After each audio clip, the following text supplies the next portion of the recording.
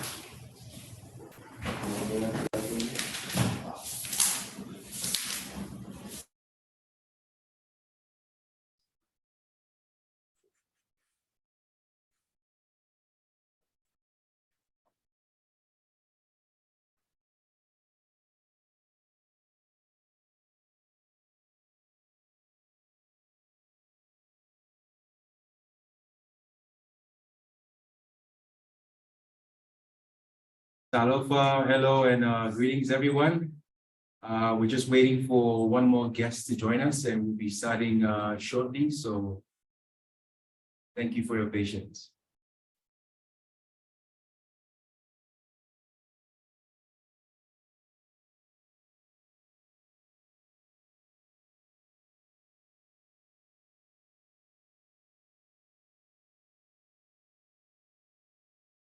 Kia, you're one of the few I can see on screen. So good to see you after a long time.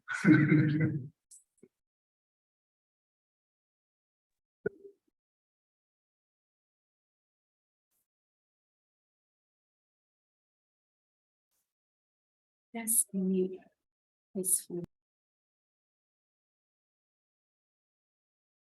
We'll be starting now, team.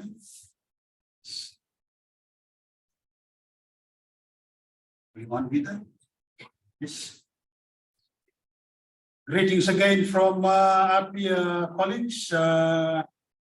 It is good that we are gathered here today at this hour and from wherever you are connected in. I take this time on behalf of the Director General to say our greetings, our SPREP greetings to you.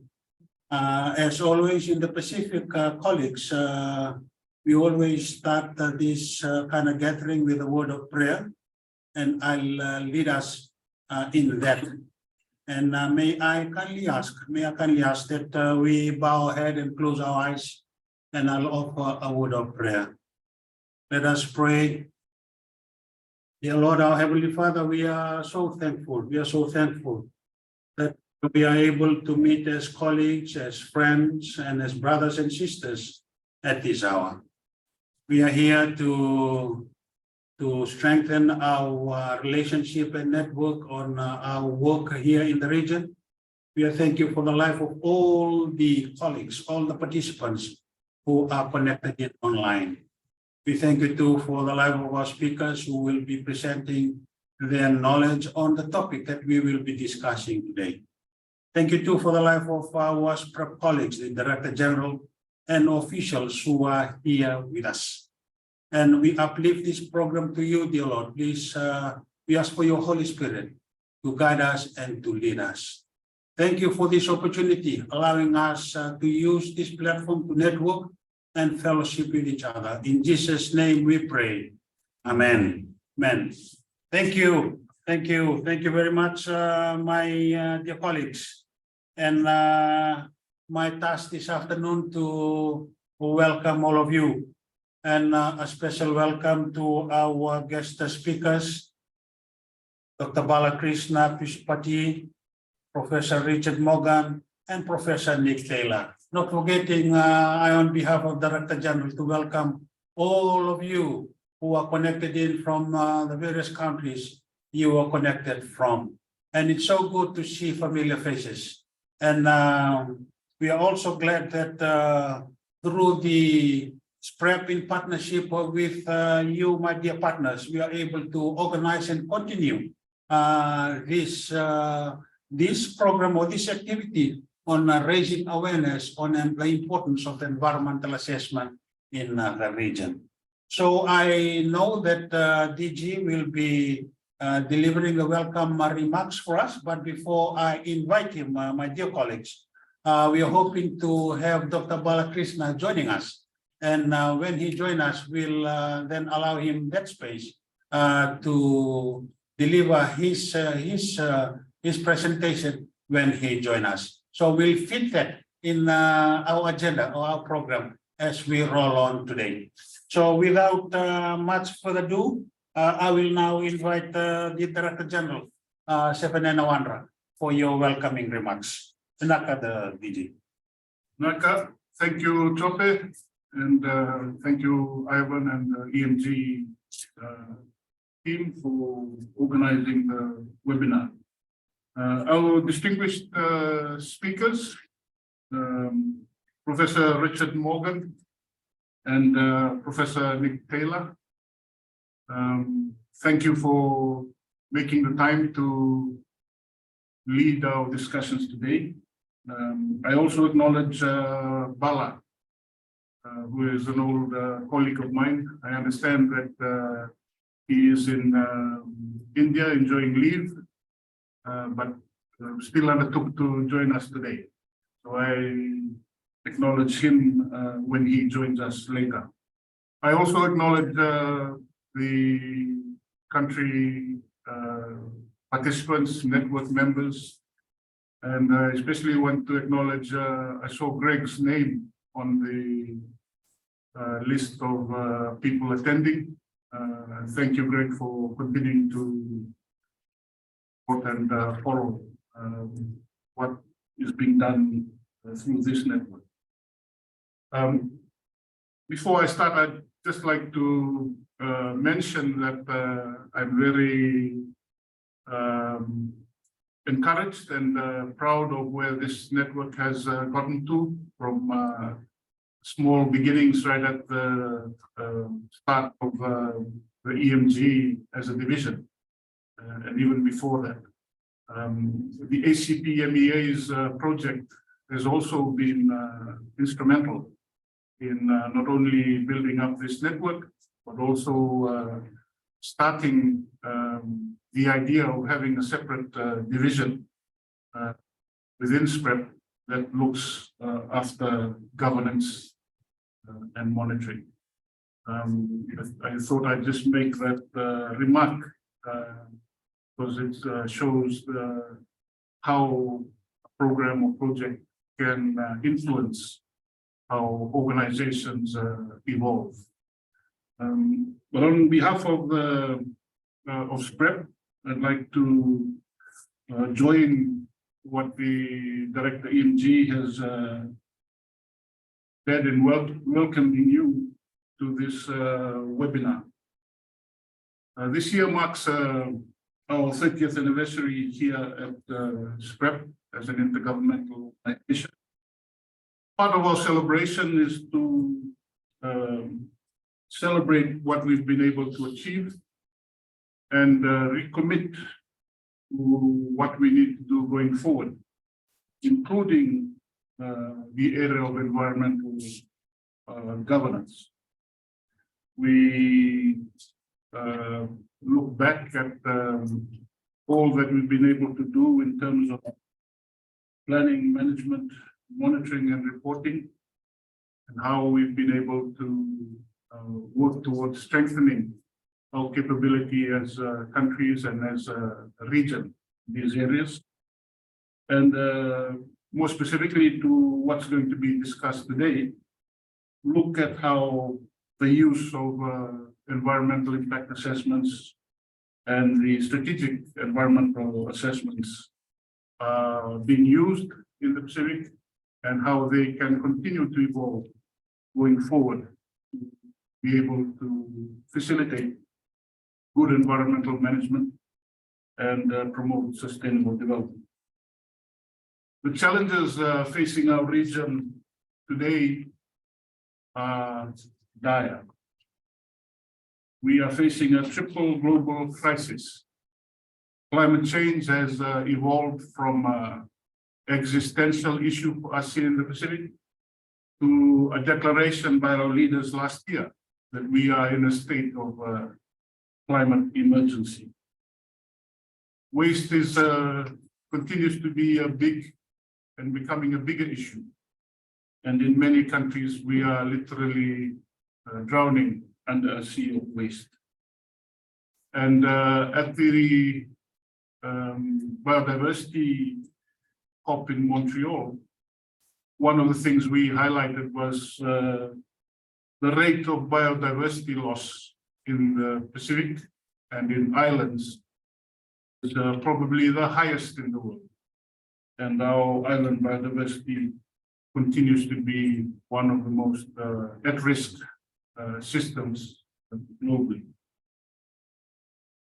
SPREP is an organization, both our members and we at the Secretariat remain steadfast in our commitment to facilitate protection of the environment and to promote sustainable development in our region.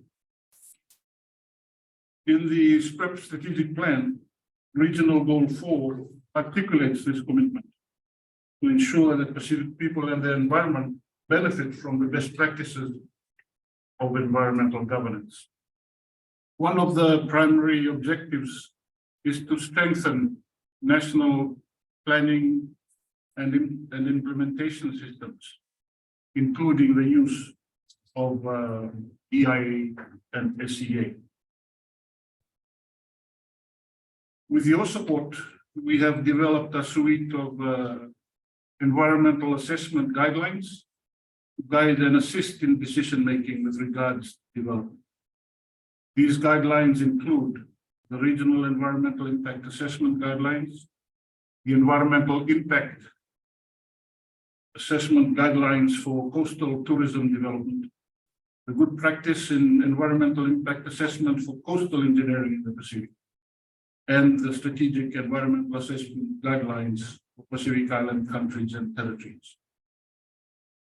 These guidelines have been recognized by regional development partners as the best practice approach to decision making and have facilitated improvements in EIA and SEA implementation and administration across the region. At the same time, initially through the PNEA's project, and then through the Jeff-funded INFORM project with UNEP, we have strengthened our monitoring and reporting through guidance, training, state of environment reporting, and the establishment of environmental portals and databases.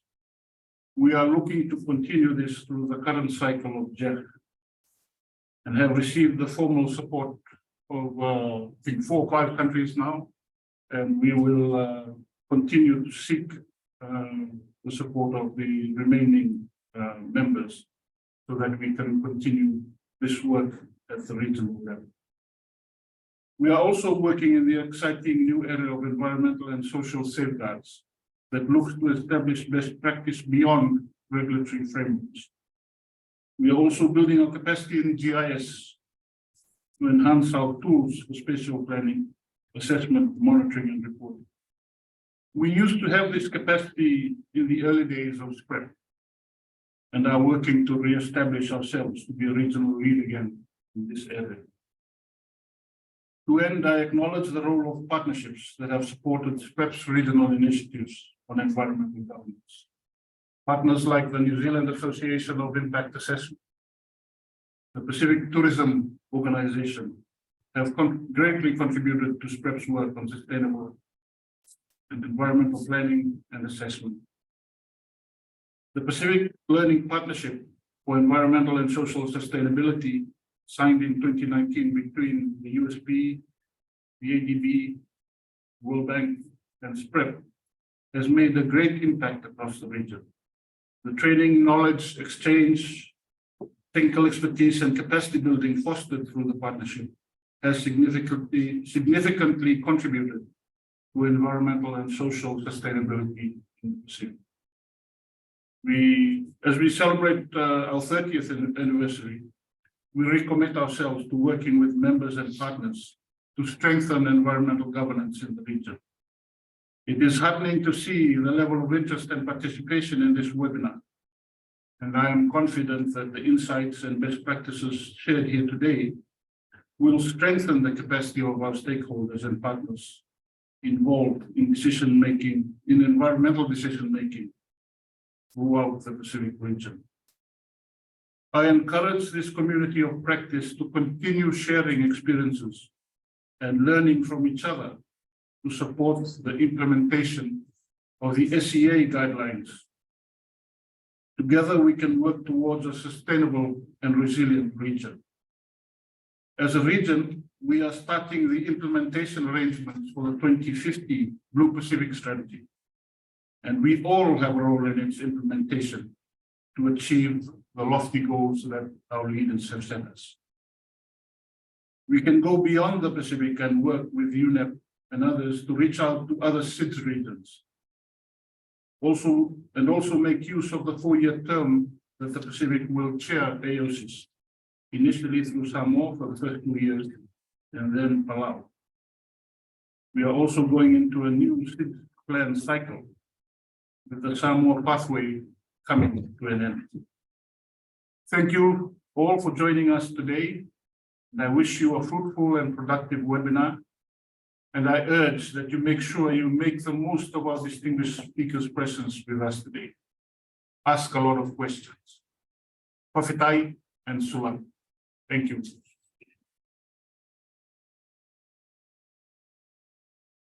Thank you very much, Director General.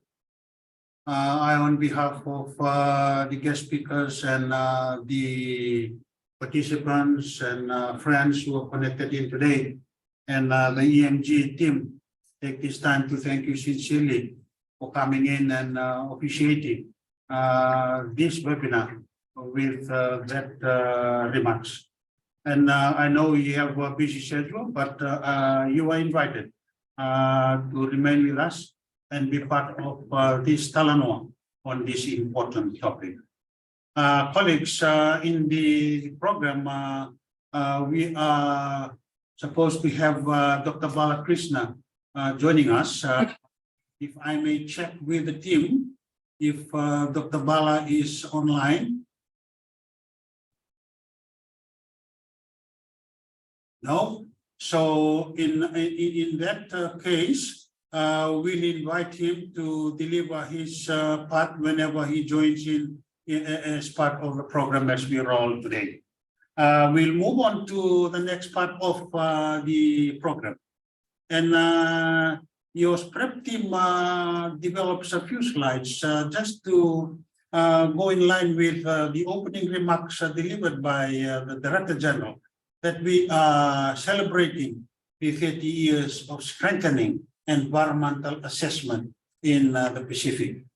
And I'd like the team to show the slides and for us to reflect back on how environmental impact assessment on environmental assessment evolved in the last 30 years. And thank you, Director General, for setting the scene. And it won't be a long presentation, but just for us to stand still for a moment and reflect back and see where we came from until today and where we are going forward in the remaining years. Next slide, please.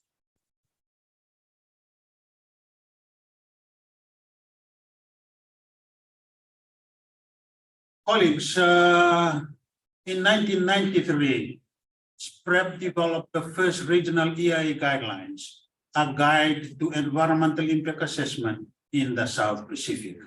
That was way back in 1993. And there were lots of capacity building carried out after 1993 on the importance of EIA. Next slide, please. And from 1993, this was presented by the Director General in his opening remarks on how environmental assessment evolved throughout the year from 1993. From 2016, in 2016, the strengthening environment impact assessment guidelines for the Pacific and territories was developed.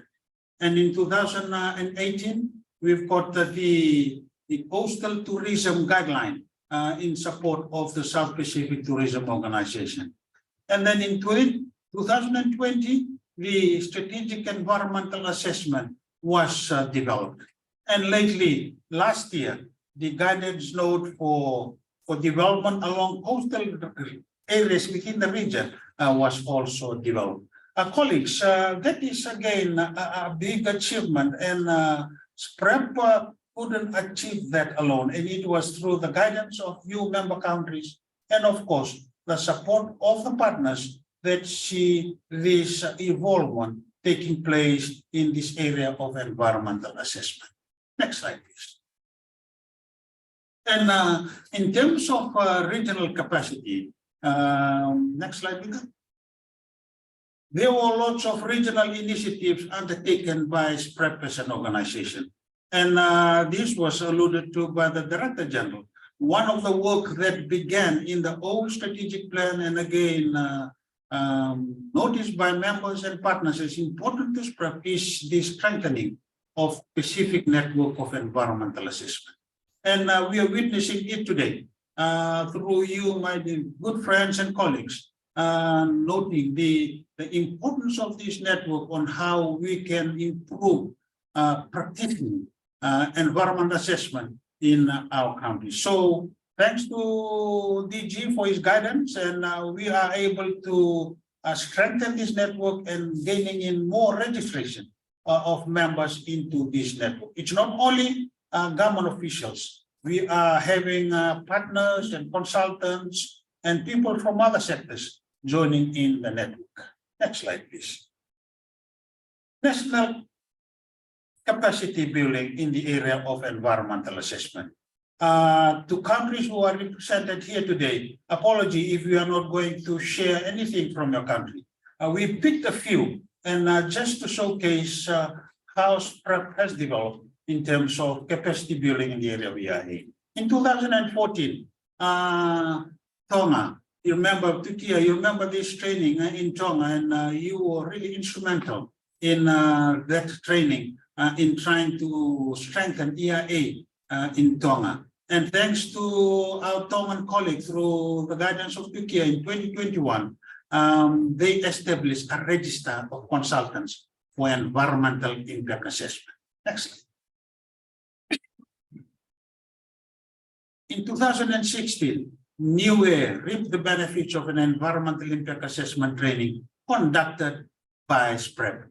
Yes, NEWA thought that it is due to the increase in development. They thought of raising the capacity of their staff to know more on an environmental impact assessment. Next slide, please.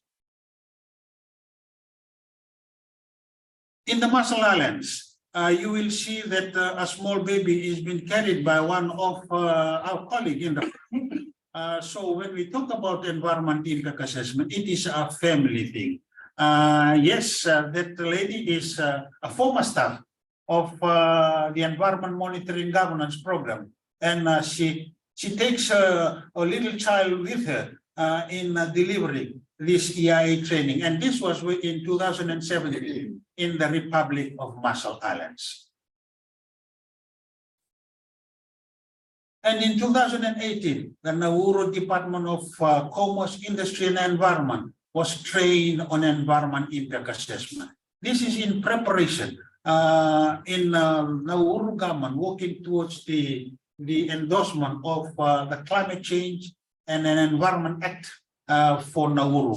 And right now, the SPREP is working with the Nauru Department in developing their EIA regulations. And in 2018, Tuvalu, yes, you will see that one of the slides there, thanks to Craig who joined us. You'll remember this training, mate. And it is the first time that I accompany you joining in SPREP in carrying out this capacity building on EIA in Tuvalu. And yeah, there's lots of development that took place in Tuvalu in terms of strengthening the governance of environment impact assessment nationally. Next slide, please. And in 2018, Vanuatu.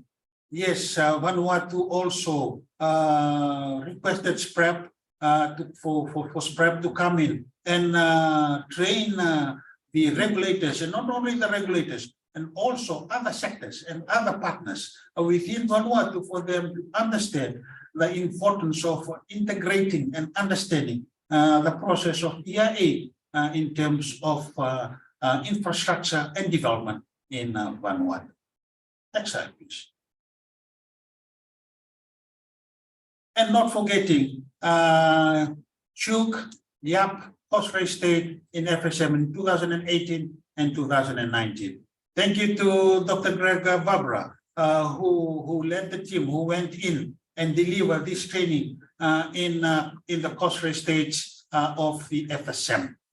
So again, colleagues, you are seeing the need and the request and by the countries in terms of them realizing the importance of this tool in terms of the decision-making process. Next slide. And Solomon Islands. Solomon Islands. Yes, this is also a big one for SPREP in terms of our partnership with Solomon Island. Training took place in 2018 and 2019.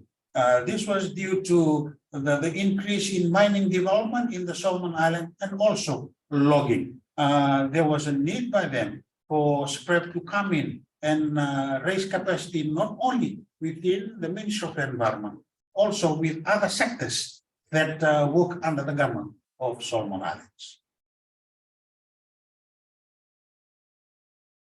And then in Kiribati, yes, the training took place in 2019. And thanks to the team in Kiribati, they jumped into the Pacific Learning Partnership that was agreed by a few partners, and they continue to raise their capacity after 2019 in understanding more about environment impact assessment and environmental social safeguards. And then Samoa. Yes, Samoa, since SPREP is located here, they've been, this has been an ongoing thing between SPREP and Samoa for us to go in and raise capacity in the area of environmental assessment also.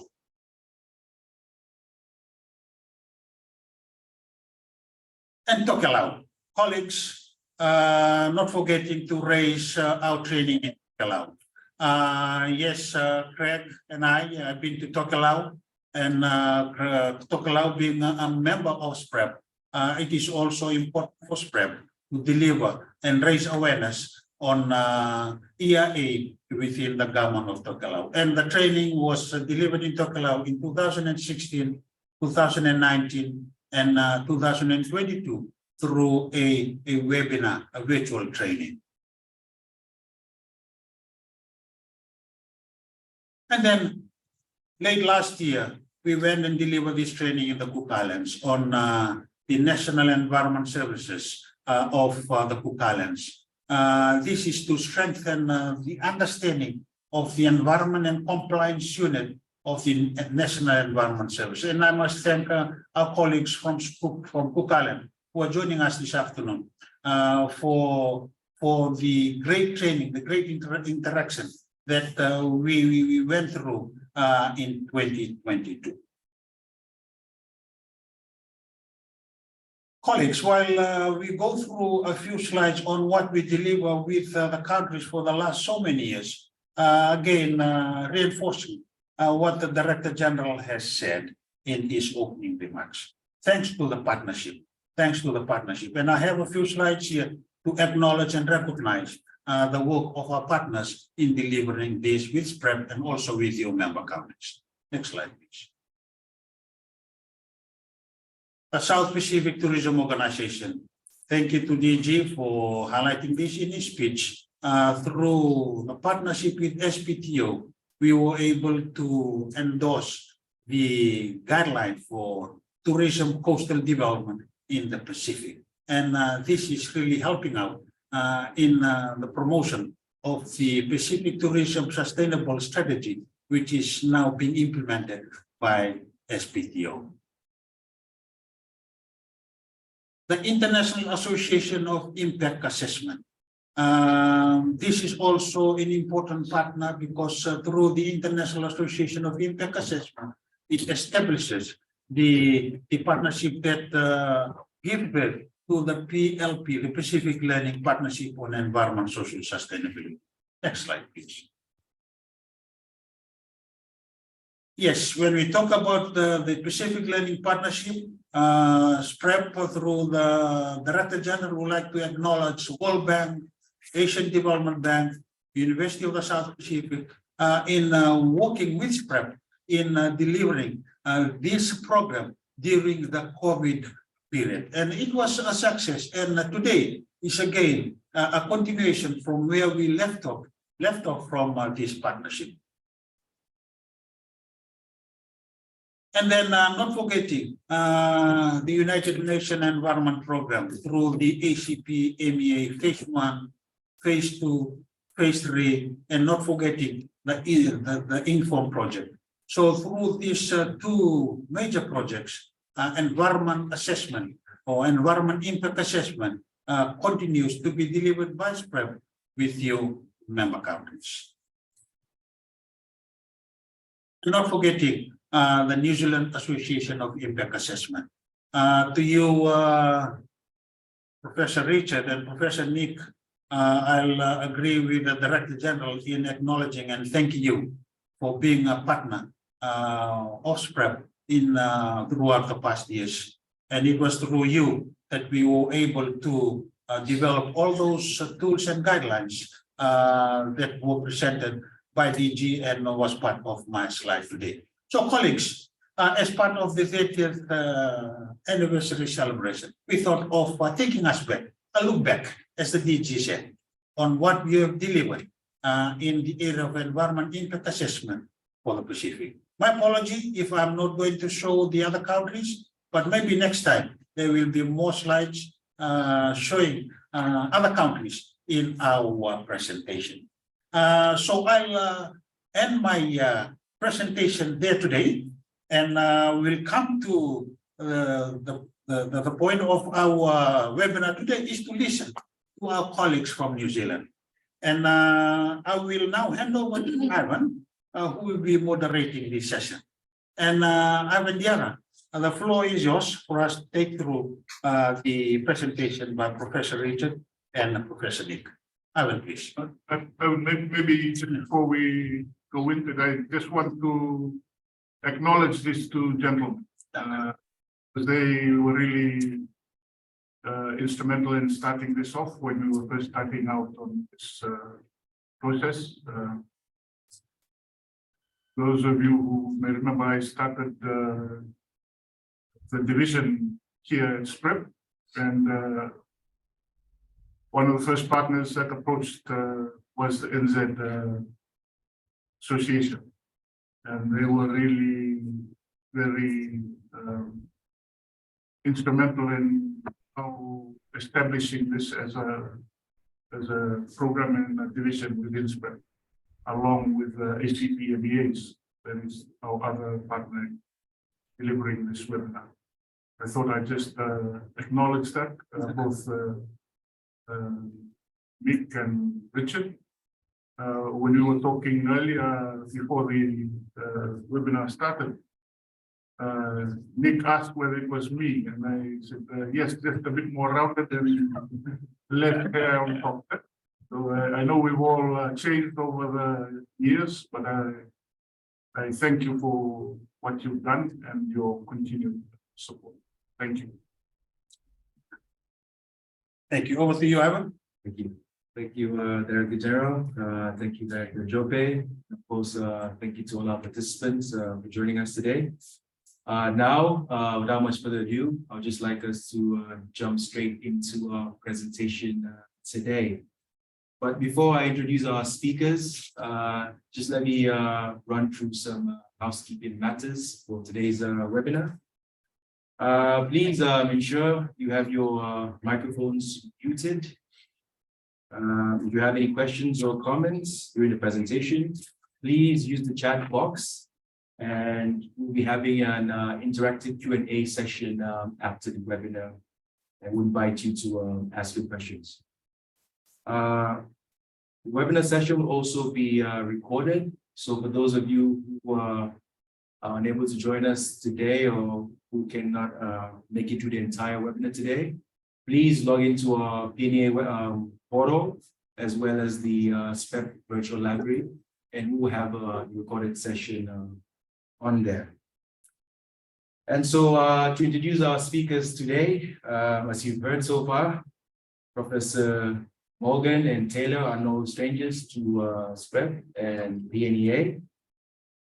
Professor Morgan is an emeritus professor of geography at the University of Otago. He has extensive experience in impact assessment with a focus on improving the quality and effectiveness of impact assessment through institutional change and better practice. Professor Nick Taylor is an expert in social impact assessment with background in geography, anthropology, and resource management.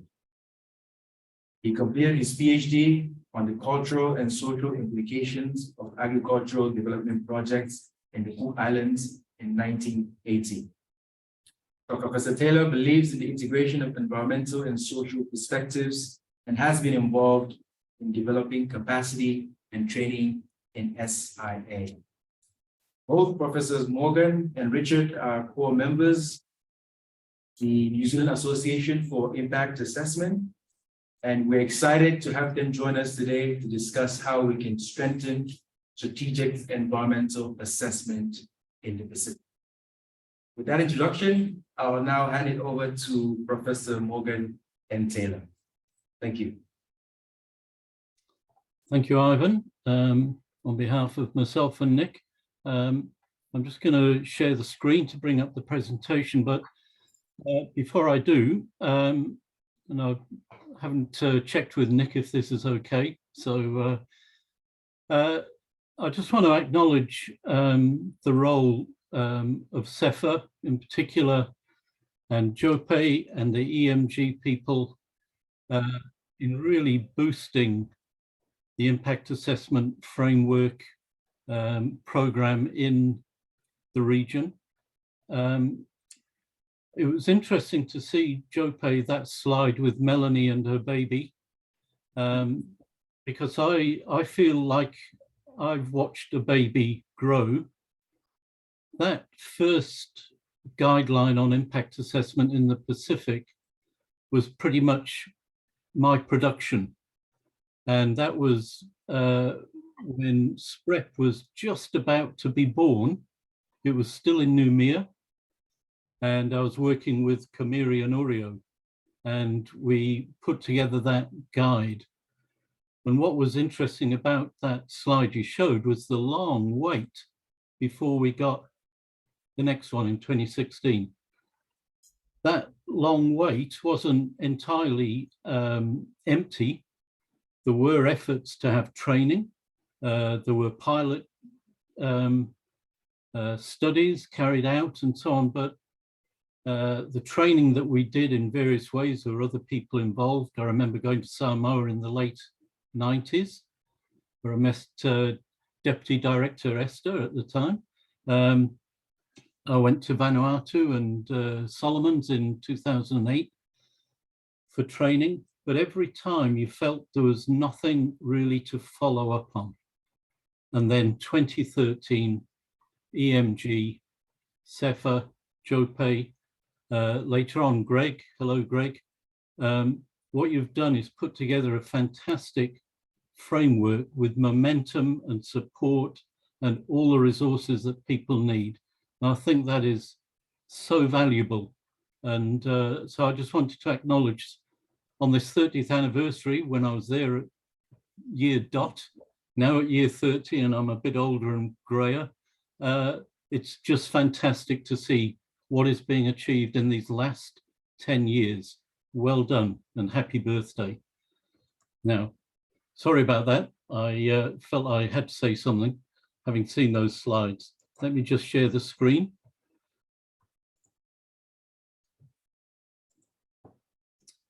And go into, there we go. Try and move my mini screen off out of the way.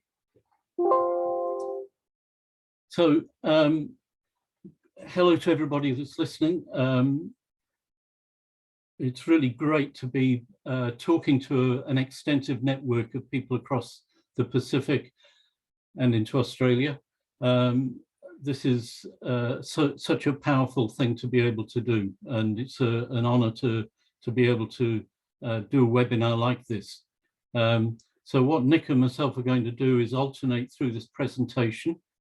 At one point during the presentation, Nick will invite some participation from listeners. So if you want to use the, please do so at that point. But we also try and leave space at the end for some more discussion. We're going to pose some questions about strengthening SEA. Do you feel the process has value? Is there a mandate? What challenges do we need to overcome? So just bear some of those things in mind as we're going through, so that when we get to the end and open, you can use a chat. I'm not sure if we can use direct verbal contributions. We'll leave that to Ivan to moderate. Anyway, let's get underway. Strategic environmental assessment. What are we trying to do with this webinar? Overall, we want to just reinforce the idea that SEA is an important part of the impact assessment toolkit. It's absolutely critical. A lot of people are very familiar with project level. We're dealing with something that allows us to use the same thinking at a higher level. So we want to explore that. What does it mean? What is the value of that?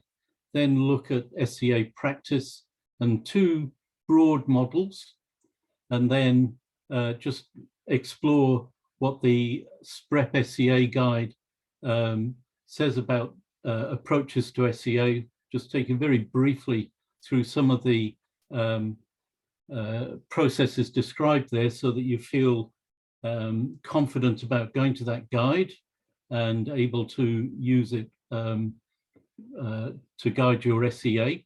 And then we want to open up that discussion about strengthening in the Pacific. So what is SEA? It is applying impact assessment through our policy and planning processes. We want those social, cultural, environmental aspects to be included in our thinking. As all impact assessment, it's anticipatory. So we want to do this before we commit to decisions so that we have the chance to change those policies, plans, programs, the PPPs.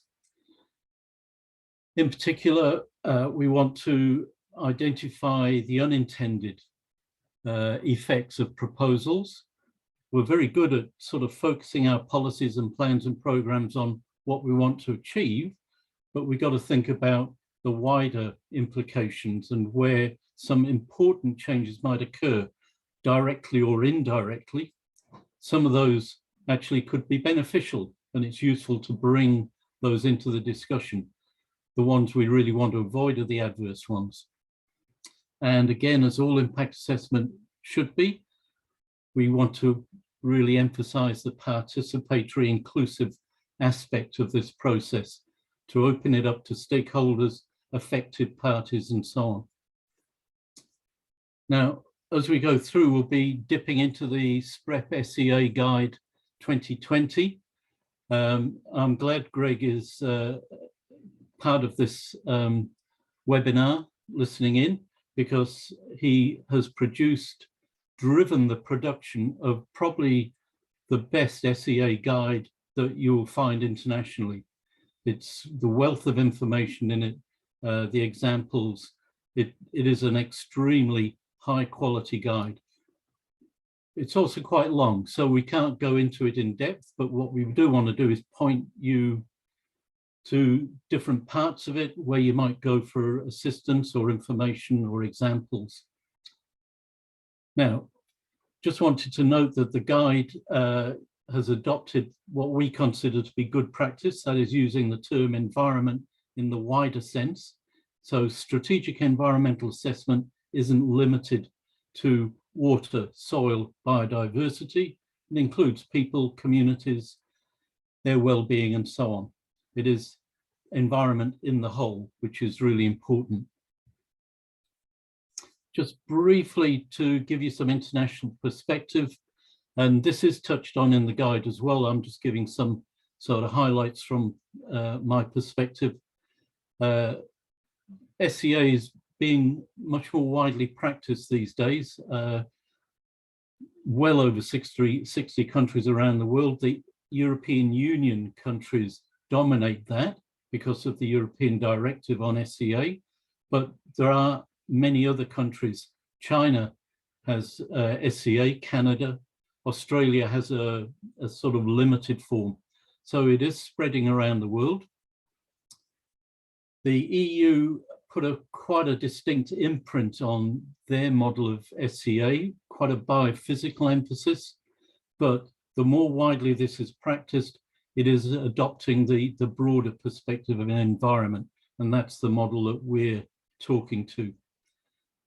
And SEA is promoted by the UN family and its agencies, UNEP, UNEC, and so on, but also the other organizations such as World Health and World Bank, ADB, and so on. It is widely recognized as a very sensible tool for improving policy plan program processes. And of course, SPREP published its detailed guide in 2020, following up on its earlier 2016 initial guide. We just wanted to touch on what's happening in this country, Aotearoa, New Zealand, in part because Nick is going to give an example later on, which is taken from this country, and it'll be useful to just give a little bit of context for that. But it's also an example of SEA creeping in, but not being called SEA, and not necessarily being recognized by practitioners as SEA, but there is stuff happening. Now, the most obvious thing for us is under our Resource Management Act, and we have a thing called Section 32, which says councils, well, any decision-making authority from government down to regional and district councils who produce a plan or a policy or something like that, Section 32 asks them to produce an evaluation report to describe how they selected that particular option for the plan or the policy, partly in terms of showing the efficiency and effectiveness of that tool, but also showing that they've accounted for the costs and benefits, economic, if you like, but also social, environmental, cultural. And so Section 32 reports, as they're called, should include that consideration of what are the wider potential effects of these proposals. Here's how we've dealt with them to minimize them or avoid them. So sort of an SEA type tool. The best Section 32 reports are very, very close to being what we would call strategic environmental assessment. The bulk of the reports, because there are thousands produced over the years, are actually a long way back behind that. And that's one of the struggles we have, is to try and get people to recognize the power of the tool, what it can produce, and how to produce it, how to practice it effectively. So Nick will give an example of one of the better applications of that a little later on. Another reason for mentioning this is that it represents a model of SEA that is quite distinct from the one that is described in the SPREP guide, which is a much more straightforward, recognizable thing to identify. So it gives us the two sort of models that we'll be talking about. Other things in this country that give us sort of SEA tools, we have regulatory impact assessment at the cabinet level. We have a local government act that has language that suggests we should be doing it, but we're yet to see it effectively practiced.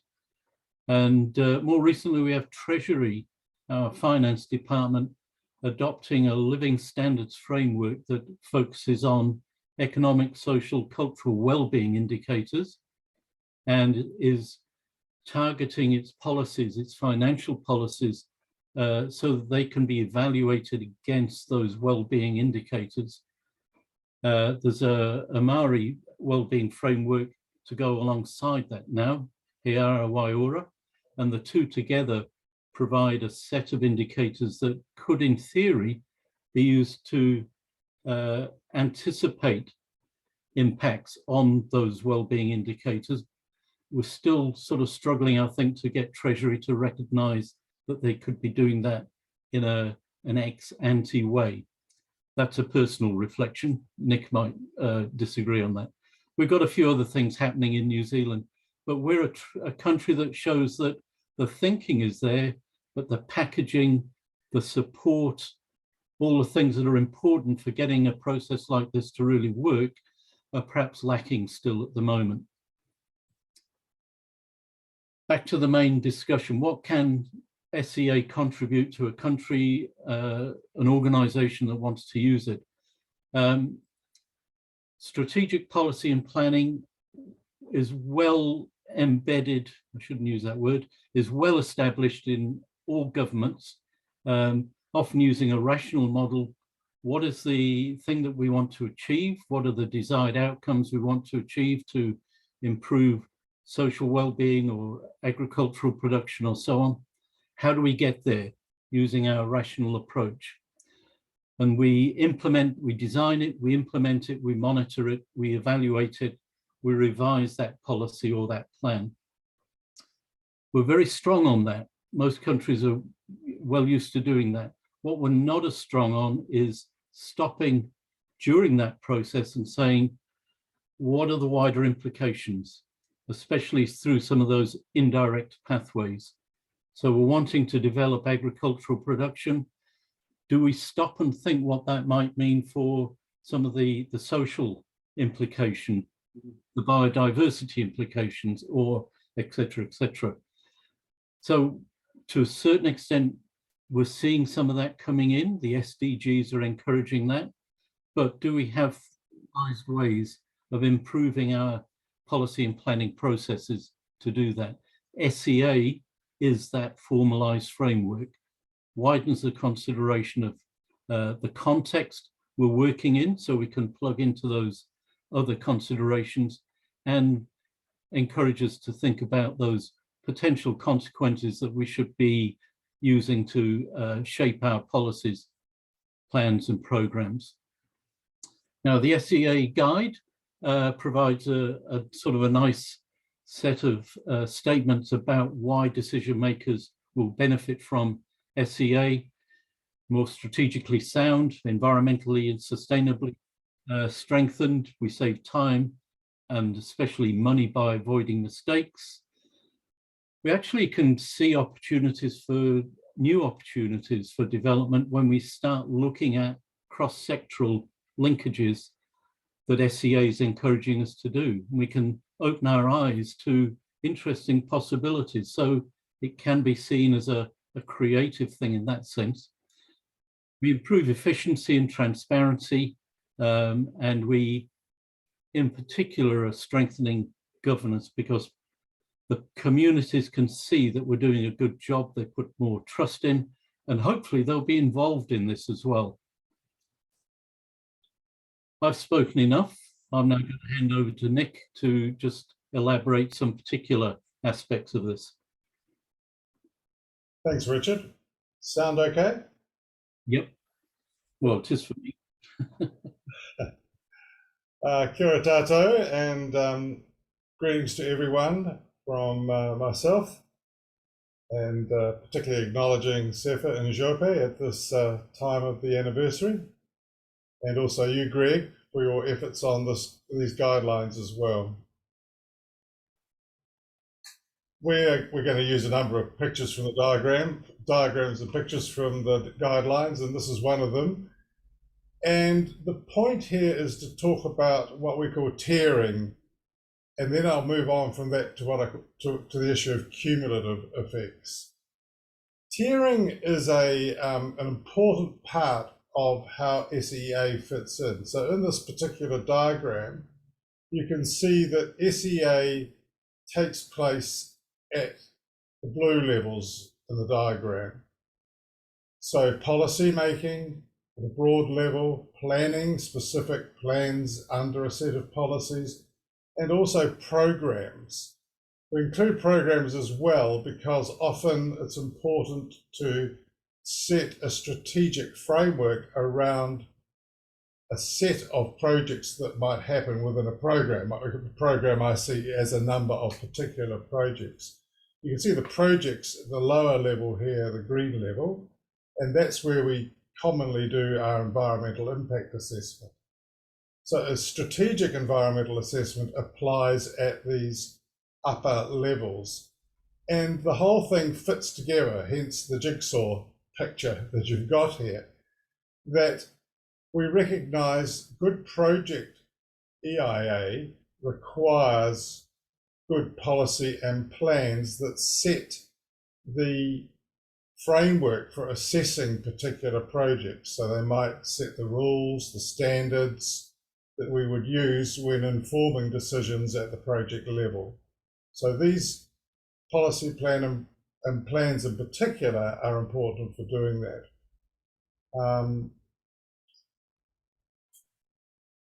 There may be a number of things even that you can assess at the broader level and really minimize the amount of EIA that you are doing. And examples of that are things like a number of mining projects in a particular area or on a particular island.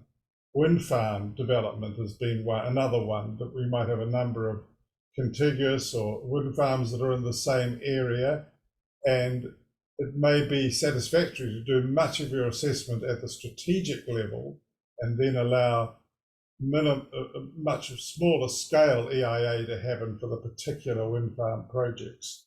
So that's how this whole thing fits together. Now that also, can you move the slides on, Richard, or can I move the slides on? No, you've got to do it for me. I'm going to have to ask you to do it. Yeah. So one of the important aspects of this is that it helps when we're dealing with cumulative effects in particular at the project level, that you have a really good strategic level analysis of what is going on. There are examples of this. Sorry, can we go back? So yeah. Examples of this might be, for instance, where you've got a number of things happening in the same sector or the same environment, dams on a river, a number of groundwater or surface water extractions. I'm being told I've got up on my screen that I've got low audio quality. Is the sound still all right? It's okay for me. I'm not quite sure. Okay. You sound okay. So an example of this. Sorry, Ivan? Sorry.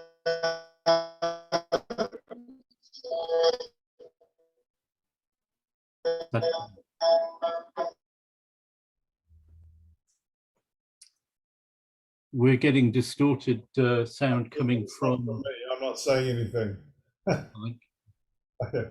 I can see you can say we can hear you okay. Thanks, Ivan.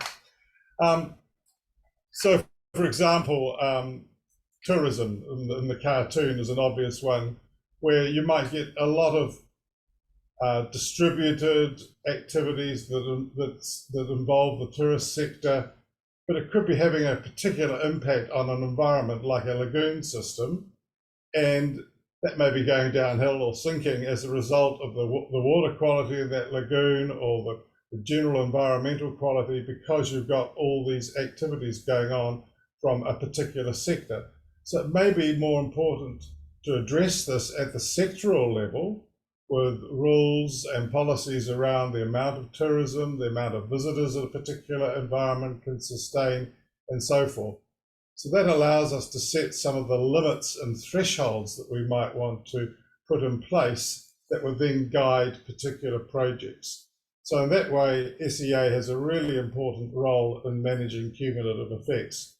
Now, Richard and I did a webinar on cumulative effects last year, so that is available, I think, still on the PNEA website, and you can go there to see more about cumulative effects. That's all I want to say about it at this point, except to ask maybe yourselves, and this is where I thought we could do a bit of, see if we could try out a bit of interaction. Next slide, Richard.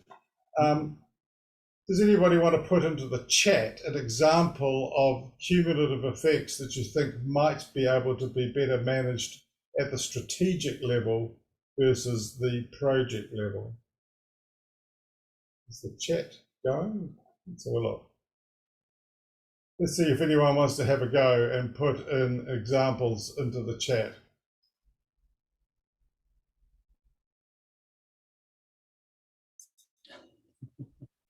All right. Okay, yep. We're having loss of mangroves from coastal, or increase in mangroves in coastal systems that might be related in particular to sea level rise and issues around storms and the actual management of the coastline. Catchments are a very good example, and a lot happens in catchments, like water quality, etc., sedimentation. Seabed mining, that's another good example. Thank you. Couple more? Okay, I'll give you my example because it's on the screen. So there's two pictures on the screen, and some of you who are from Honiara, I didn't see who might have been from Solomon Islands. But these are two pictures near Honiara. They're interesting to me because right at this moment I've been helping revise a cumulative impact management plan for Tina Hydro. Tina Hydro is upstream of these two things. These are oil palm development and gold mining at Goldrich. Now, both of these activities have the potential to add to, so additive effects to what might come with Tina Hydro as it is built. For instance, bringing more people into the area, the demand for more housing, more workers, as a social impact, or increased sedimentation. If activities spread into the same catchment, then you might have increased problems of sedimentation or water quality in catchments. So these are all things that are best dealt with at the strategic level. In other words, they require parties to come together across a number of projects or activities or governing agencies and actually develop a strategic approach, a catchment plan, a land use plan, an urban development plan, a housing plan, whatever it might be, in order to deal with these kinds of cumulative effects. Next slide, Richard. Richard, Back to me. are you stuck? No, I'm here. Can we move on to the next slide? Thanks. That is the next slide, Nick. Oh, and you're talking about it too. Yeah. Well done. Sit back, relax, Nick. I'll have a glass of water. Yeah. So we've set the scene. Why is SEA valuable? How does it help? What sort of things does it help us with in particular? What we want to do now is just briefly talk about how we set about doing it. So models and methodology, essentially the practical side of things. Now, if anybody wants to go and dive into the research literature about SEA, good luck. I wouldn't advise it. There's so much out there. it's easy to get lost. And I've battled my way through it a number of times and surfaced again, still thinking that essentially we're talking about two main types of approaches to SEA. And that's what we're trying to do, is distill this. And I was pleased to see that the SEA guide, well done, Greg, I think you've gone the same way, comes out with the same sort of thinking. I've given them two names, an EIA model and an embedded model. So the first one is where we have a draft policy or a plan or a program, if you like, a document that exists in some form, and we're going to carry out an SEA on that proposal. And that's very similar to carrying out EIA on a project proposal before we commit to it. And it's got some of the benefits, but also the disadvantages of that sort of model. The main disadvantages, perhaps it's coming too late in the process to really influence change. And that led people to think about, is there another way to do SEA? And we called this the embedded SEA. That's just a personal title, label. But it gets across what we're trying to describe here. And that's really SEA paralleling the policy and plan making process. So as we develop our policies and plans and programs, SEA sits alongside it and feeds into it at appropriate times to make sure that sustainability issues are recognized, environmental thresholds are being recognized, that we're also asking questions about wider implications at the necessary time. And we're feeding that directly into the process that yields the policies, the plans and programs.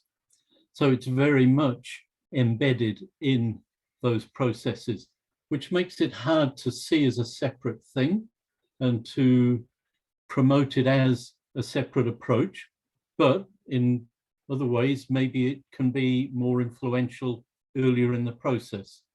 So what we're going to do is give a couple of examples of those. I'm going to do the EIA model first, and Nick will come in with an example of embedded, which is a harder one to give an example for. So we've sort of tried our best to come up with a good example.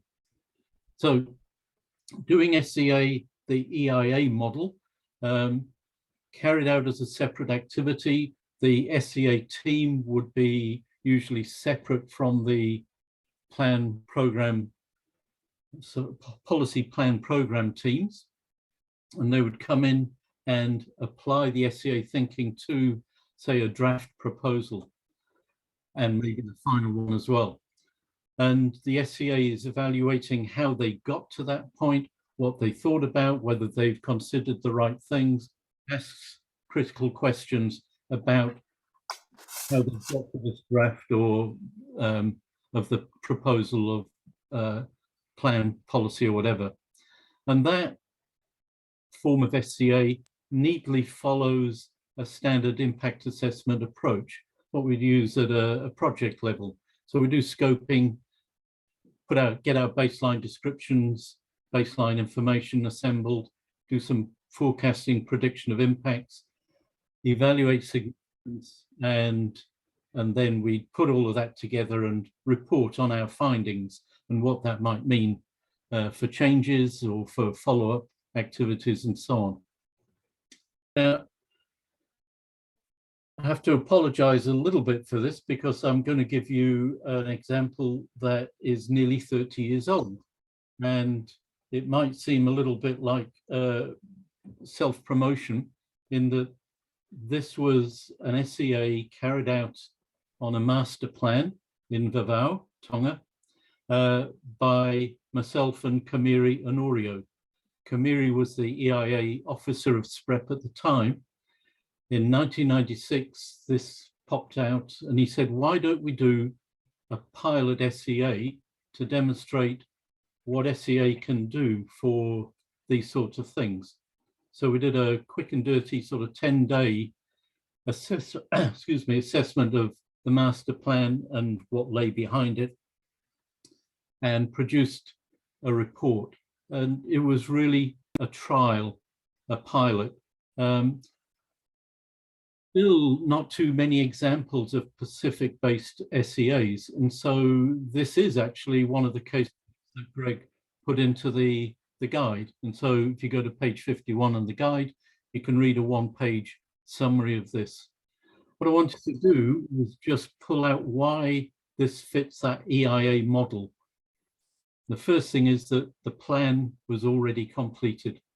There was quite a legacy behind that, 4 or 5 years of background studies, and then this plan specifically for Neafu was produced, independent of other things that were happening on Vavau for development purposes. The plan comprised lots of different activities: roading, curbing to get better drainage from the hills, sewerage upgrade, and that was linking sewerage across the town, not elsewhere, and that was going to be put into the marine area. The streetscape foreshore areas were to be upgraded with an eye on the tourism side of things. The wharf was upgraded to be upgraded. The market right near the wharf was going to be relocated to brand new facilities, and so on. Different things were planned, very much with a tourism development perspective, which wasn't actually originally in the initial development policies were being developed at the time. So we decided to do a trial SCA on this. And the way we did it, we took the master plan, and so we critically examined it. We reviewed its background. Where did it sit with respect to the policies? Have they looked at bigger sustainability questions? Then we looked at the component activities and said, and we just drew up a simple matrix and said, just, you know, desktop sort of thinking, what would these activities involve? What are some likely to be some of the key effects that they would bring about? And from that, we could start thinking about cumulative impacts, the distributional aspects, which communities might be adversely affected more than others. Were there gaps? Were there specific EIA needs? That was the core analysis. And then we looked at what the monitoring intentions were and asked sort of critical questions about that. Now, I'm not going to go into what we found, except to reassure you, we did find some things. So, for instance, we realized that if all the different activities that involved moving earth around happened at the same time on this very hilly sort of area leading down to the harbour, there would be a huge input of sediment into the harbour. That is a cumulative impact. And so there would need to be scheduling and thinking about seasonal issues and so on. Sewerage going into the marine environment, they hadn't thought about the consequences of that. There was no waste management plan if they were going to expand tourism. The landfill was a non-sanitary one next to a mangrove swamp. They would need SIA, social impact assessment, for a lot of things they were looking at, such as moving the market from the centre of town to the outskirts. There were no monitoring provisions. So there was plenty of stuff that we were able to, even with a quick and dirty analysis, pick out as issues. That's doing it in an EIA way. Take a proposal and apply the thinking to it and write a report and expect there to be some response to that by the planners or the regulatory authorities. Nick, I'm moving on to the next slide, which will be you to come in on embedded, the alternative model.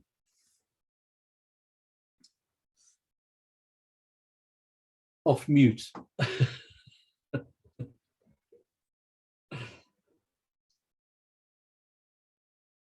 Okay, put my microphone back on. Classic mistake. So in the embedded model, the whole idea here is that you have the SEA specialists, the various technical specialities in particular, and the people with expertise in integrating ideas between specialities. You have these people working within the policy and planning team from the start. So they're starting to plan what actually happens in the process and ensuring that the different perspectives, social, cultural, environmental, are integrated into the process right from the start. And through the process, they'll be looking to do things like set capacity limits, thresholds, etc., within the policies and plans. There's a lot of effort goes into looking at what are the wider impacts. And this always involves looking at what we call chains of impacts. One thing leading to another, leading to another. And the whole idea, obviously, is to avoid adverse impacts as much as possible when the plan or policy or plan is implemented, and also to enhance beneficial ones if you can. Now, this approach is not so structured, so it's not specifically going through those steps of an EIA, which Richard will take us through a little bit more in a minute as well. But that basic kind of approach, it might be used more flexibly. For instance, baseline studies, you might not just say, well, we'll do a baseline study and then we do the impact assessment.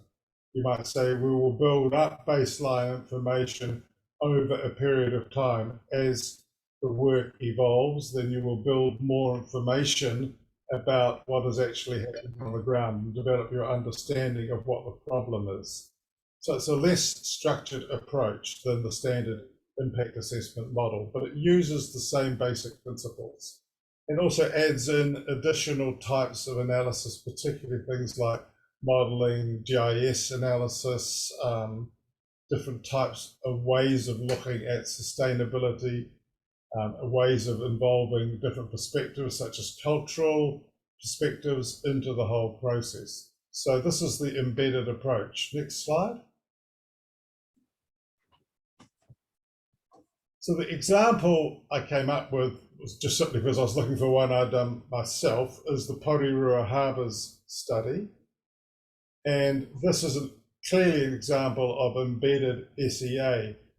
But interestingly, I think I'm the only one who ever called it an SEA. No one else recognized it as an SEA. So it was very much an embedded process, but it involved a number of technical experts working with regional land and water planners from the start. So from the very start of the planning process, which was planning for land and water management in this catchment of the Porirua Harbours, that we were actually taking this kind of an integrated approach.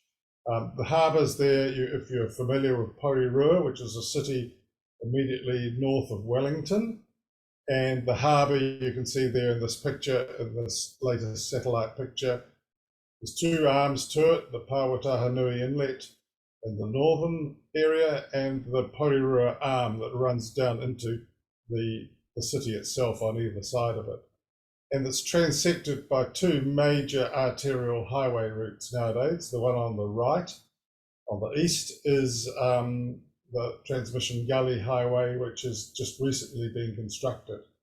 So you also had this major construction work, and you can imagine the amount of sedimentation digging that highway through these hills that was being created. In the urban development area, you had a lot of issues around reclamation of land in the past, around stormwater management, around water quality, all of which was affecting this harbour with sedimentation, with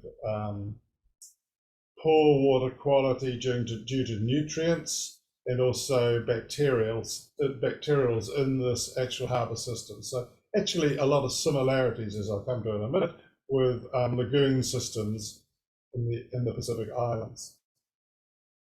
The principle which was developed right from the start was Q to Kiwai. The whole system is linked from the catchments right through to the coastal waters. and that in this harbour system there are multiple values. So it's about all sorts of things. It's about agricultural production, it's about urban development and housing, need for land for housing, and so forth. So multiple values, a lot of recreational uses, food gathering, and so forth in these harbours. And the approach taken was what we call a whaitua approach, community-based and emphasising wide public engagement throughout. Iwi were strong partners in the process as well. The experts came together and developed two sets of things. One was a set of changes to the regional plan, so that's your policy and planning guidance. And the second one was a whole lot of locally based actions. This might be a local group doing planting in the harbour margins to try and improve water quality or wildlife or biodiversity in the environment. And it may be specific things around, for instance, actions around protecting that new highway development from increasing sedimentation into the harbour. So it had an interesting set of outcomes, planning as well as action-based. So the next slide, please, Richard. So that's an example of an embedded SEA. Next slide. Yep, that's on. Here it comes. So it was interesting when I was looking for an example, and I couldn't find one of an embedded SEA in the guide, but I thought of one anyway. Back to the old haunt of Rarotonga, so kia ora to our friends from NES and others from the Cook Islands. I was there, I think it was pre-COVID anyway, 3 or 4 years ago, and about the time I was doing the work on Porirua, and I noticed me te vai, ki te vai, a very similar thinking strategy involving water in the lagoon systems of Rarotonga and Aitutaki. I was particularly interested in the fact, just focusing here on the Muri Lagoon in Rarotonga, about the kinds of interactions that were happening. We had wastewater, land use issues around forest clearing, fertilizer use, animal waste, urban development. Everything that I had seen in the Porirua catchments, you could see were issues here as well in the Muri Lagoon area, which I was already familiar with. I was not part of this particular piece of work. I found the website there. I'd read about it in Rarotonga, found the website, and I put the website up there.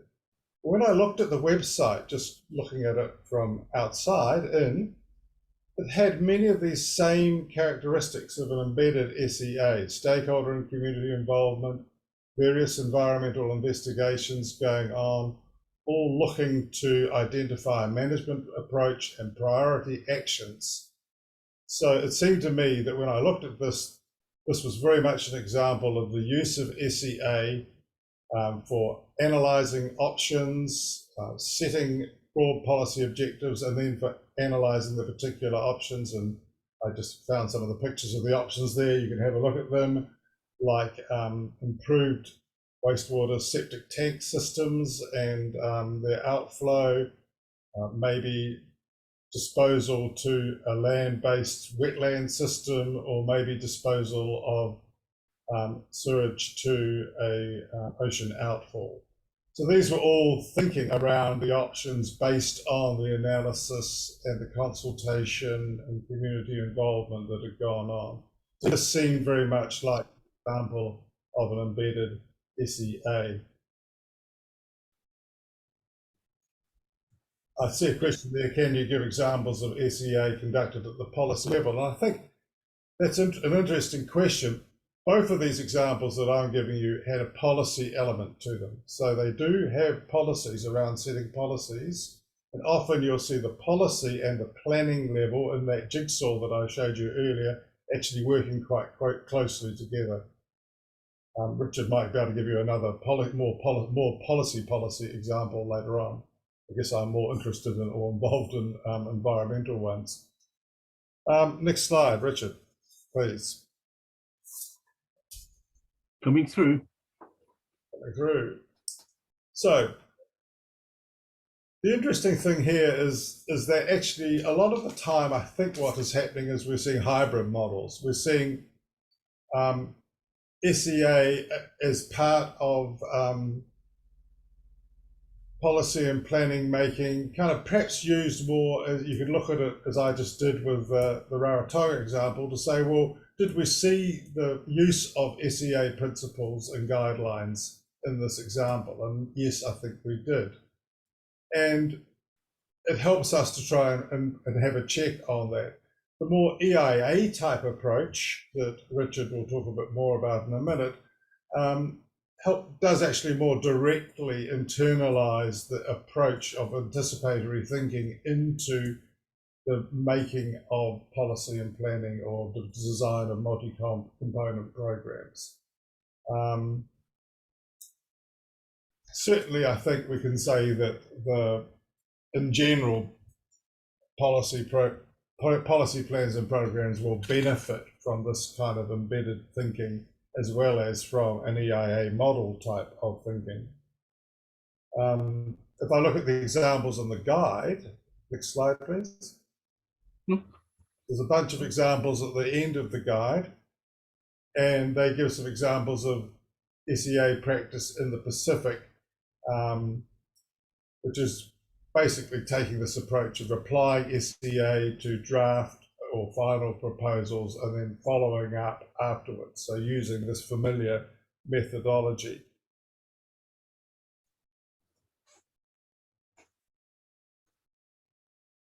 Next, Richard, please. Yeah, I've given you the examples there. Do you want to comment on those, or are you pretty done with that? Oh, there you come. I thought you'd skip the examples. So I was finding it. The examples in the guide were there. Here they are. I'm not going to go into them in any detail. I just listed the ones that I saw in the back of the guide, and you can have a look at those yourself. Yep. Next slide. One of them was the master plan from Vauban. Yeah. Is that back to me now? No, I want one more slide, please. No, that's. I'm just going to. I have to start flicking to Richard now. He's going to talk about this in more detail. But the point, as we go to that transition, I just wanted to make the point on that list of examples that you might be saying to yourself, well, how on earth do I decide when to do an SEA? And I think this particular diagram is a good help in that thinking. So I'm now handing over to Richard. Yes, we've got a very smooth teamwork approach here. Oh, good teamwork, Richard. Good teamwork. Okay, so this last sequence of slides is made by snipping things out of the SEA guide. Not that we want to go through these in detail, but to really just point to the key sort of issues about the processes described in the guide, and just show that they're, familiar things, and to give people more confidence to dive into the guide and really look at what's involved. And there's a lot of text in each of the sections about how these things should be carried out. So, the things that we're going to just pop up are very much summaries. So as Nick said, the first question is, should we be applying SEA to a policy, a plan, a program? And that's the screening process. And the guide provides this neat little flow diagram to just suggest the sorts of questions that we need to think about in deciding whether we should do an SEA. Now, if clearly there's an exemption for certain things under relevant legislation, then we won't be doing the SEA. But if we need to think about what the policy plan and program is about, whether it's likely to generate issues that should be examined, then those are the things that we need to question. And so the grey box there is suggesting some of the things that we need to think about.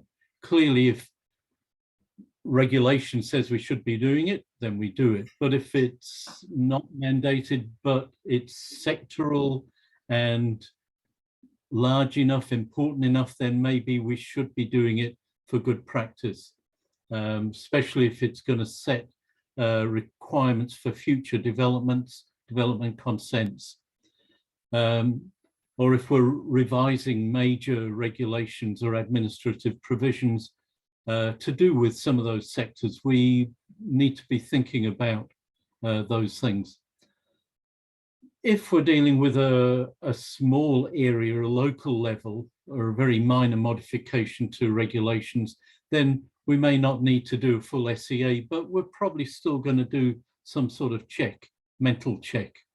So the screening is taking us through some questions about the nature of the proposal.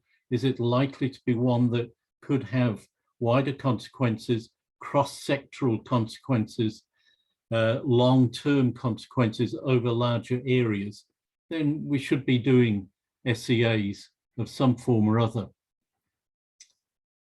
The SEA guide follows largely what I would call the EIA model, in that it's assuming there is some sort of proposal, perhaps a draft proposal of a policy or a plan or a program, and that we're going to apply SEA and use the familiar steps, screening, scoping, etc., and package that and use it to make decisions about that proposal, whether to change it, and so on. And this little diagram just those steps, and the numbers on the right indicate the sections in the guide that actually take us through how that might be done. So there is detail around each of those. Now, as a flow diagram, I thought this was quite useful, not because we're going to take you through all the steps, but simply to note the boxes on the right in blue: stakeholder engagement, public consultation, stakeholder engagement, public consultation.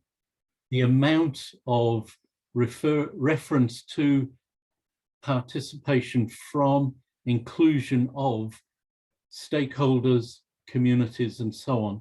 This model, I think, is excellent because of that emphasis. Now, going overseas, going elsewhere, where we see this happening, say in the European Union, where different countries are applying this, high-level policies or land use plans, things like that, and the public barely get a look at what's being proposed. And that's a problem. So I think having a model here that really says right from the start that we want to open this up and include potentially affected people, we've got to think about how we do that to maintain, efficiency in the system, but we shouldn't be ignoring it. We should very much include it in our processes. Now, that flow diagram breaks down into essentially three component parts: the screening bit, the scoping bit, and then the analysis, the assessment of impacts. So each of those breaks down into a series of steps. So let's say for the assessment of impacts, bottom right there, we're gathering our information. We've already identified through scoping what the key issues are. So we're gathering the information around those issues. That's being nice and efficient. We're not gathering information on everything. I would also say at the strategic level that we're not going out usually and gathering lots of primary data, highly detailed data. We're not at the project level. We're not at monitoring in detail what's happening to environments and so on. We're still at a higher level strategic stage where we can identify the issues and head off obvious problems very early on if we have sufficient basic information about how the systems, what their characteristics are, what the trends are, and what our proposal might do to them in broad terms. So that doesn't need to be a big, expensive exercise, but we do need information. We do our analysis of potential effects. We think about how we can mitigate and any potential problems. where we see opportunities that we can benefit from. And we need to develop a monitoring program for our policies and plans and programs, the same as we do for projects, not just to see if they work, but to also monitor the wider consequences. And then we package that in our report, or it might be we package that in a way that we can feed back to the developers of the policy plan or the program, and also in a way that we can release it to the public. So the steps are familiar, but we're working at a higher level, and we're asking rather different questions, and we're not thinking in sort of highly detailed on the ground changes that we would say at the project level. Oops. Now, that's us taking you through the SCA process, and especially how it's portrayed in the guide. The guide is a fantastic resource, and you know, strongly recommend people, if you haven't already got it, you have it. Don't be put off by the wealth of information there. Dip into the different parts for the things that you're interested in right now, or if you're thinking of applying it, look at the more practical aspects. What we wanted to do now was really open up and say, well, from your point of view, do you see SCA having a role? We're saying it's important. You're on the ground, you've got to be convinced of that. So does SCA have a role in policy planning program processes? Where might it be applied from your perspective? Because our different issues vary across the region. Are there institutional arrangements that mandate the use of SCA? Are there conventions that would support the use of SCA if we don't actually have a strong mandate in legislation or procedures? Is there a willingness? Is the policy team, the planning teams open to using this type of tool?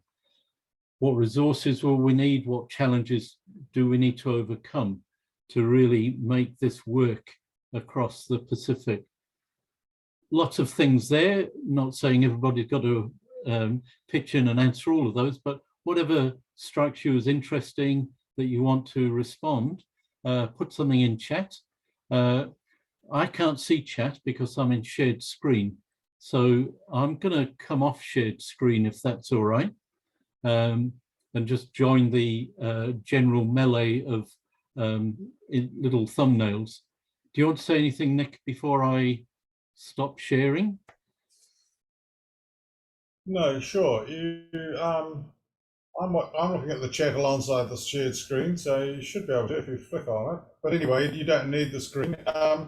I think if people use the chat function to look at these questions, or Ivan, I'm not sure if you can actually facilitate people to speak if they put their hand up. We don't obviously have that control, but let's hear from folk in terms of, does SEA have a role, opportunities, and what perhaps is needed to facilitate SEA better? There we go, we've got everyone. Wow, what's going on? Who would like to toss in an idea to get started? I think put your hand up if you want to actually physically be unmuted. There we go. Were you able to do that, Ivan? Thank you so much, Professor Richard and Nick, for the brilliant presentation. I think those questions roll us into our next session, which is the Q&A. So please, participants, I invite you all to share some comments, questions. You can raise some hands. I see some hands raised there already. I think Greg. Okay, it's clapping. Okay, please feel free to unmute yourself and join the panel of discussion, please.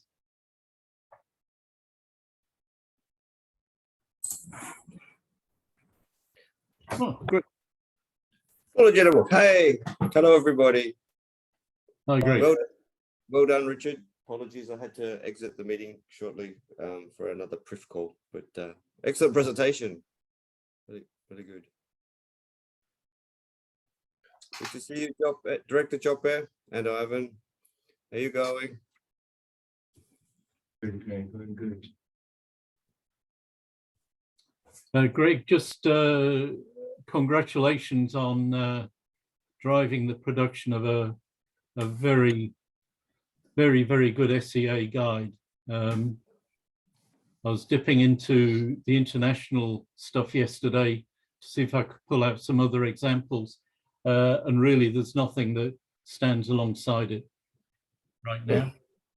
So thanks, Richard. well, That's really high praise. Thank you. But you know, I really it benefited greatly from both yours and Nick's inputs and the others within the NZAIA and EINZ who all you know, gave it their peer reviews.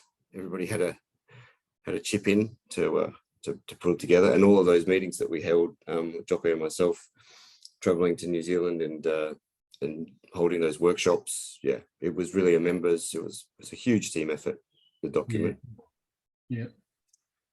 So it's really the region's document, because it's all their inputs and you know what they wanted to have in it. Yeah, definitely.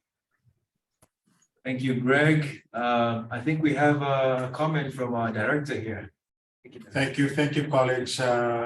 Yes, I saw that excellent question from Patricia Parkinson.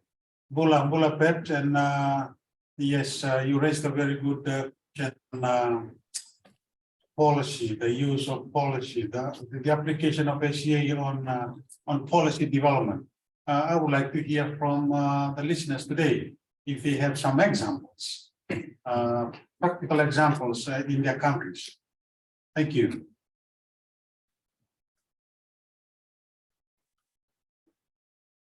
Or if Patricia has an example, she can share it.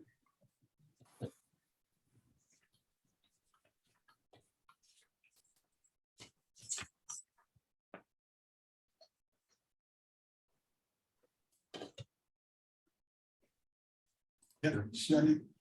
I think I see Sione from Tonga has raised his hand. Please, you have the floor, Sione. You can unmute yourself. Thank you for the presentation. And I've seen a lot of participants has been joining our meeting today. And I think what is my view, if you involved with the EIA in the past 5 or 10 years, there is a need for the SEA. But what I need for Tonga, I need money and training. So when I look at the document, so the SEA is come on another layer on top of the EIA, and it is the big challenge. And those are policy, and they are politics, and everywhere it's happened along the line. So for me to sit down over here and then listen to someone on top, so there will be, it need to be strengthened and do link between the two. But if you like what I say, if you know the environment for more than 10 years and doing bits and pieces of regulation and then site visit and the assessment, you tend to climb up and do the SEA. So it was only to have the connection. Because I know that the language on the SEA is a bit different from what you do in the EIA. So you start talking about the policy level, like land use policy. You're talking about the standard. You're talking about the framework. So it has to be repeated in the EIA process. But that is the kind of negotiation you're going to talk at the policy level. But to put this into a perspective in the Tongan need to do this one, and that is what I propose from us. And give you a good example of the policy level. If you involve with the ADB and the World Bank project, like we have the ADB project now in Tonga, and there was a crossing bridge.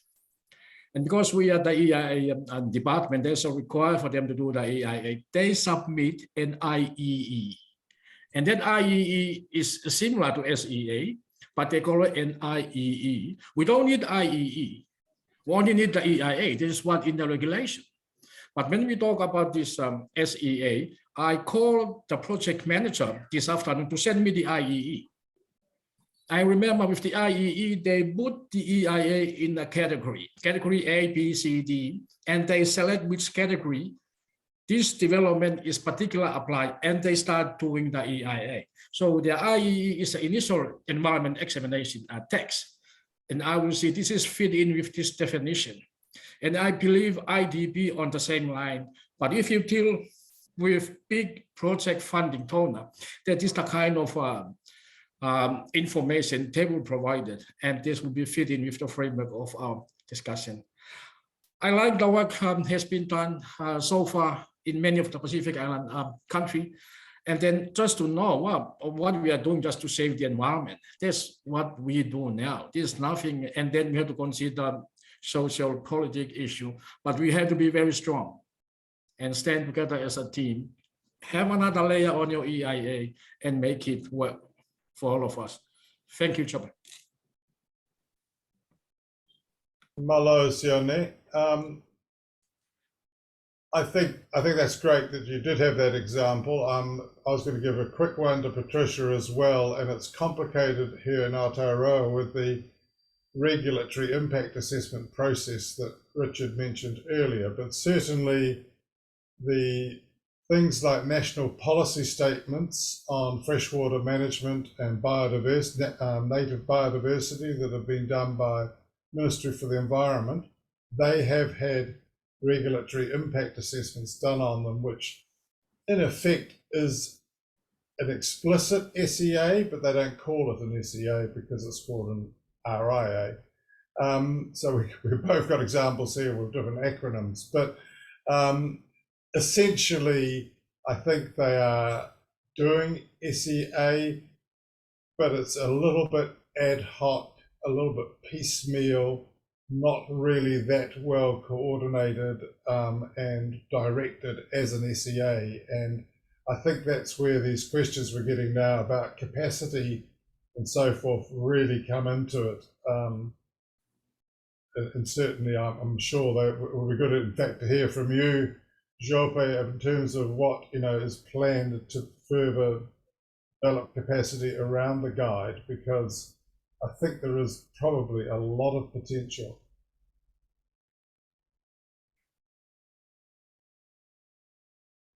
Thank you, Professor Nick. Yes, I can see some questions coming in the chat. And I think there's a question there, the first one from Patricia, which is on the plan for raising awareness on SEAs in Pacific Island countries and raising capacity based on their guide. Before I pass it on to Director Jope, I'd just like to say this webinar today, I think, represents part of that process on raising perhaps understanding and raising some awareness on the SEA process, as well as the SPREP SEA guidelines. So of course, the goal is to try and build some momentum off of this excellent webinar today.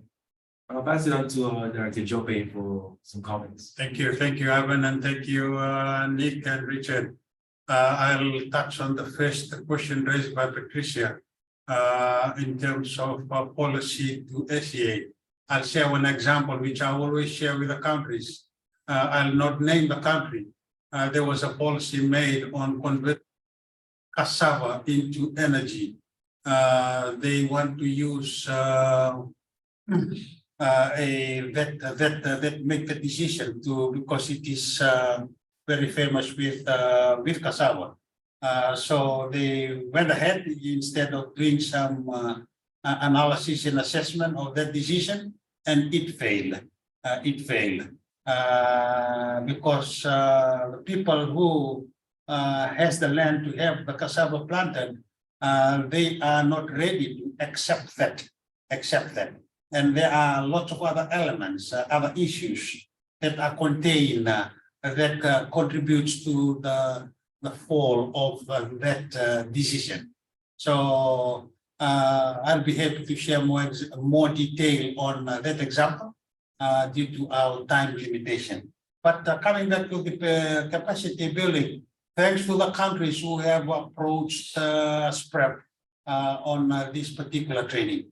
And that has been acknowledged. And we are looking at two modality in addressing this. We will come down country specific, and also we are thinking of doing a regional one where we get more expertise and we share experience on how we can understand more on this guideline and how it can be used So that is the process, that is the plan within SPREP now. And it will not only take place, all the training take place this year.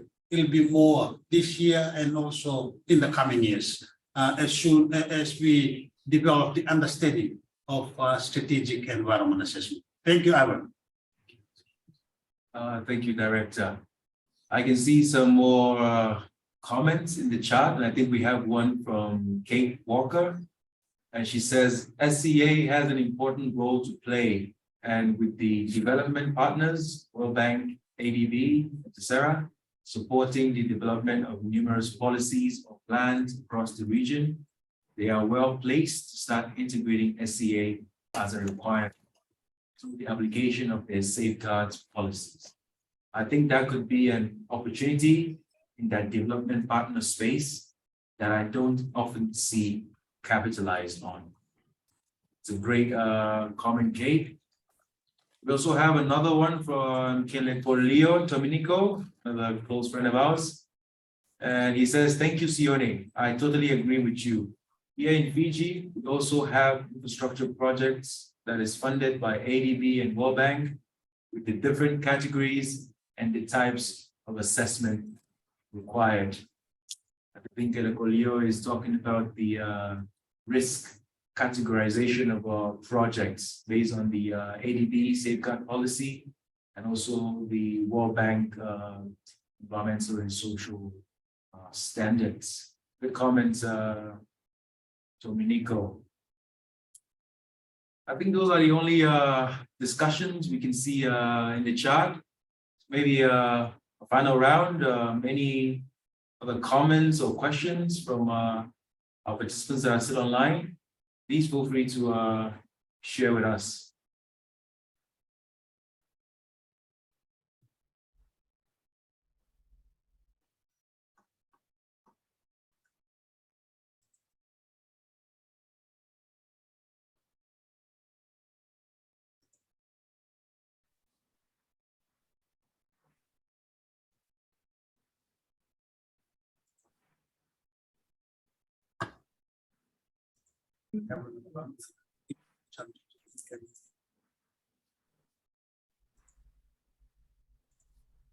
See one more question in the chat there, Talita. Okay, we have a comment here from Rosalind. Hello, Rosalind, at NES. I think she has a comment here. Thank you for the presentations. Here in the Cook Islands, there are legislations that have taken an approach similar to an SEA. Example is the Marae Moana Act. Yes, Marae Moana Act in 2017, but needs a strategic implementation, which ties in the assessment process. Thank you, Rosalind. That's a very important point. The Marae Moana Act indeed represent sort of a strategic plan. Yes. That's it. Okay, colleagues, I noticed that there is quietness and thanks to the interaction that has come in already. I think we have one more Yes, sorry, comment perhaps from Patricia. Thank you, Patricia, for being really engaged. She adds here, not really SEAs, but in the same perspective of strategy assessments. Are there any models of issue-specific assessment of policy and plans? For example, taking into consideration plastic pollution impact of policies and plans. I think that's a good question, and maybe I'll hand it over to our speakers. Richard, I think you'd be good at answering that. Oh, it's too slow. I'm just trying to think. I mean, I'm sure around the world there will be ministries or organizations that have a particular perspective, and their job will be to scrutinize policies or plans for, from a particular perspective.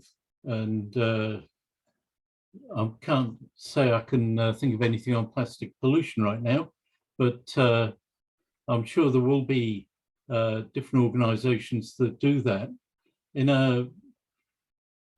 I suppose with SEA, we're saying, there will be people who have particular perspectives on some of these proposals, but what we want to do is make sure that we don't miss some of the other important things. And so SEA is trying to provide that wraparound analysis that would include particular perspectives, but also make sure that we're asking critical questions about other potential, say, pollution types and so on. So that's not really an answer, Patricia, but given the microphone at last minute, that was the best I could have come up with. I think it's a good example though, Richard, because often agencies or special interest groups will have an input into an SEA and have their particular chain of effects that they are interested in. But also it's important to recognise that any particular impact, say the policies resulting in more or less plastic pollution in the ocean, then what are the implications of that? What are the implications of that for ecosystems, for people who are depending on those ecosystems and so forth? So I think a full SEA would always be considering, as Richard says, the wider implications and how one thing links to another and leads to perhaps a need for another set of responses by somebody. So it's that wider integrated perspective, I think, that is really important. Yeah, if I can just put a slightly different slant on this as well, and going back in history in this country, our Commissioner for the Environment back in about, the late 90s, no, it was earlier than that. They were wanting to introduce cartons for packaging liquids such as milk. So we're moving from using bottles to using waxed cartons. And the Commissioner for the Environment actually did what we would now call an SEA to look at the wider implications of that move, and part of it being the pollution that would be created, but also some of the other issues that we would need to think about. So it was if you like, an issue-specific SEA for a very specific proposal, rather than a policy and looking at the very specific outcomes for, say, pollution. But I think what we're doing is tailoring the tool for the needs that are out there, and being able to do that is sort of really important, I think. I see Greg has replied in the chat as well. Thank you, gentlemen. If I may add into the discussion, I think for more specific, thanks, Patricia, for raising that excellent question / comment. For some of our Pacific Island countries, they are now adopting the ban on plastics. That is a policy. But for them to come up with a decision, I do hope that they've undertaken some assessment, some studies to prepare them in that decision. I hope some of our colleagues from Samoa are listening in today, because the last 4 years, I remember they they made a policy on biodegradable plastics. Biodegradable plastics, just a way to reduce the plastic pollution here in Samoa.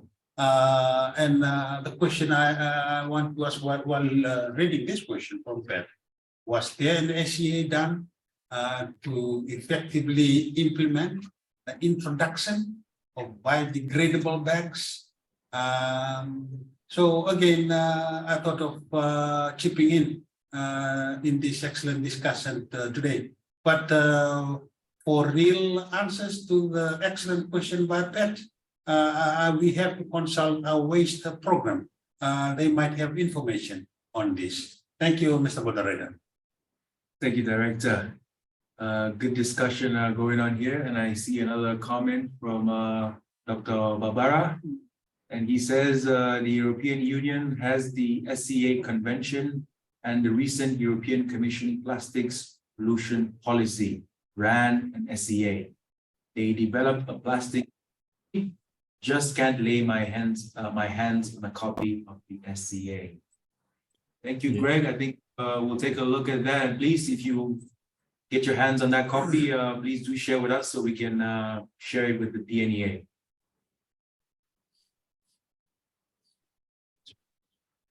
And I think we have one more comment from Dr. Brody. Hello, Dr. Brody. Good to see you. A comment here is, if the limitation is resources for governments to action these excellent SCA and EIA processes, then should the funds needed come from developers themselves? And is that feasible? Again, I'll hand this over to Professors Morgan and Taylor. Well, that must be Nick in that case.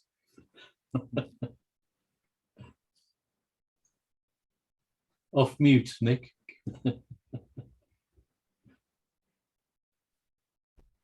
Yes, that's a good one. I guess with the EIA, we're generally used to the idea that it is the developer, the project developer, who pays for the EIA.